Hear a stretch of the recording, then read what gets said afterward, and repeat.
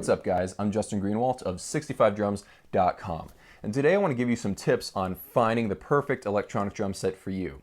And the first tip I'm going to give you is really obvious, but it needs to be said. And that is, you really need to go find a large music store and play as many electronic drum sets as you can. In fact, go play every drum set in the store, no matter how cheap or expensive it is. That way you get a feel of what each brand brings to the table and you can decide on the best drum set for you. Now, some of you out there say that there isn't a music store with enough electronic drum sets anywhere near you. Well, there may be some of you like that, but I'm gonna guess that most of you are within 2 hours of a large music store. And I believe that taking a day off of work and driving a couple hours to go to a music store is worth the time, because if you're going to spend $1,000 or more on a drum set, you don't want to just throw that out the window by researching a drum set. It looks good on paper, and then you get it in the mail and you find out it's actually a terrible drum set, or maybe it's just terrible for you. Other drummers liked it, but it's just not the drum set for you. That's why you got to suck it up and just drive as far as you can to the biggest music store that has the most drum sets. And you can actually call these music stores and just say, do you have the Roland TD11 on the show floor? Do you have the Yamaha DTX whatever on the show floor? Just call them, see if the model of drum set you're looking for is on the show floor before you drive all that time. I've done that before and it saved me driving time and gas. The second thing to remember is that whenever you watch like a YouTube demo made by Roland or Alesis or Yamaha or whoever, you got to realize that those demos are the absolute pinnacle of what this drum set can do. Those guys train themselves to make the drum set sound as good as possible. Okay, when you actually play it in a store, it's probably at its worst. If you go in there, it's probably the pads might be crooked. Some teenager might have been in there like a minute before you and messed around with the sounds, making all the toms sound tiny or just messing with the sounds. Especially on Roland sound modules, because you can easily affect the sound in drastic ways. That's why I always recommend doing a factory reset. Just go to main settings, scroll down, you'll find it. It's hidden in the back so you don't accidentally press it. But you need to do that to get just the experience Roland or Yamaha intended for you, because people do mess around with these sound modules. Also, if you didn't like the sounds in the video that you were watching on YouTube, where it's as good as it's ever gonna get, chances are you're not actually gonna like it when you play it in real life if you're a little iffy when it sounds as perfect as it's ever going to be. Let's say that there's an Alesis drum set you're looking at and you're a little iffy on the sounds, but you think you can handle it. When you play it in store, it's not gonna sound as good as it did in the video, because those are professionals setting up the drum set, maybe even tweaking the sounds. So just keep that in the back of your mind. If there are headphones lying around and a PA system to play these drums on at the store, grab the headphones. I cannot stress this enough. When you are in a noisy environment like the drum section of a large music store like Guitar Center or Sam Ash if you live in the United States, if you're in a noisy environment like that with kids running around and banging on different drums, they don't really know how to drum, while you're trying to concentrate on how good these sounds are, it's not going to go over well.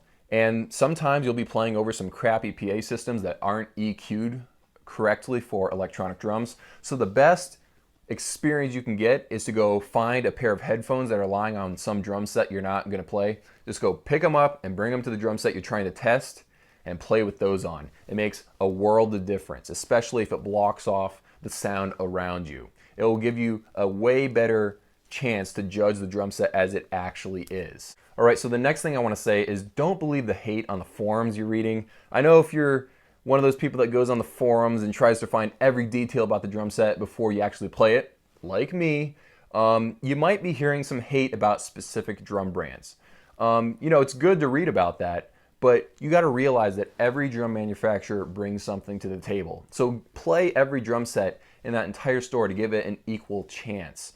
Let me just run down 3 examples: Roland, Yamaha, and Alesis. Let's start with Roland. For Roland, you're getting a very good product. This stuff does not break very easily. I know there's specific pads that aren't as good in the Roland lineup, but as a general rule, Roland drums last a really long time. And the sensitivity and everything, it does have good dynamics. You're getting that. Another thing is that they have great sounds. I believe they have just about the best sounds on the E-drum market. People will disagree with me because sound is really up to the person playing it. But they have great sounds. You do have a ton of editing features with Roland drum sets. Since these are a combination of real and synthesized sounds, you can virtually change the size of the toms, change the drum heads virtually, change mic positioning, change room type. You can change pretty much everything. So that's one of the great things about Roland products. Another great thing is that they hold their value really well. Let's say you had 30 days to return a Roland drum set. Is day 31, you want to get your money back? Well, sell it on eBay. You'll get a ton of money for these products because they hold their value really well in used condition. The cons to Roland gear is that you're paying a lot of money for these drums. And some people hate Roland for that. I think of them more as like the Apple of electronic drums. When you buy a Roland product, you know you're getting a really quality product, but you also know in the back of your mind that they are charging you way too much for that product. You're also paying a lot for the pad size. Like if you compare it to other E-drum companies, for the same amount of money, you're getting smaller pads. That's the way Roland works. They charge you more for smaller pads, but you get better sounds, and they are quality products. So that's the pros and cons of Roland.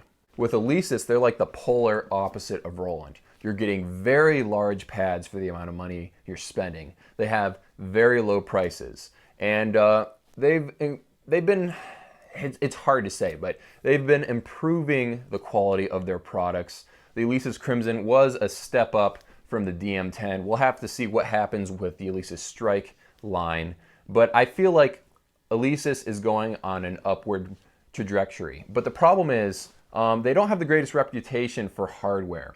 Their stuff is said to break frequently. I do not own Alesis products. I've played many of their drum sets. I've never owned one of their drum sets though. But yeah, it is said that their stuff has a tendency to break. And when you play their drums, they have some of the worst cymbals in the industry. I feel like the bell, you have to hit it pretty hard to get it to trigger. That really bothers me. I'm sure there's probably a setting for that, but out of the box, Alesis drum products are not the greatest thing. And their sounds are not as good as Yamaha or Roland. But again, Alesis is putting out a new series of drum sets, so we'll have to see. The thing Alesis has going for it is that it has huge pads. And if all you want to do is use the sound module to trigger Superior Drummer or Easy Drummer, so you're not even worried about sounds, you just want large pads, no matter what the quality, then Alesis is the company for you. But a lot of people like the middle of the road company, and that's Yamaha. They're priced a little bit lower than Roland on some of their drum sets, but they have high quality components. Their sound modules are very good. I don't believe their sounds are on par with Roland, but they have quality sounds, quality sound modules, quality pads, and another thing they have going for them is that they have proprietary pads. If you get the higher up models of Yamaha drums, you'll get the DTX pad. It's basically a silicone pad. It's not like rubber. I mean, it is technically rubber, I guess, but it feels like the best practice pad you've ever played in your life. I prefer mesh heads to the Yamaha DTX silicone pads, but some drummers swear by those Yamaha pads. They wouldn't use mesh in 1,000 years if they had the choice to use the Yamaha silicone pads. And this ties back into what I said at the beginning of the video. You need to go to a music store and play these pads. If you think on paper that mesh is the best for you, but then you go to a store and find out, wow, I am blown away by the feel of these Yamaha DTX silicone pads. Well, you would have never known that from a forum or anything. You need to go play it yourself because every drummer has a different taste. You need to have a connection to the drum set you're playing. You need to feel like in your bones that you can make great music with this instrument.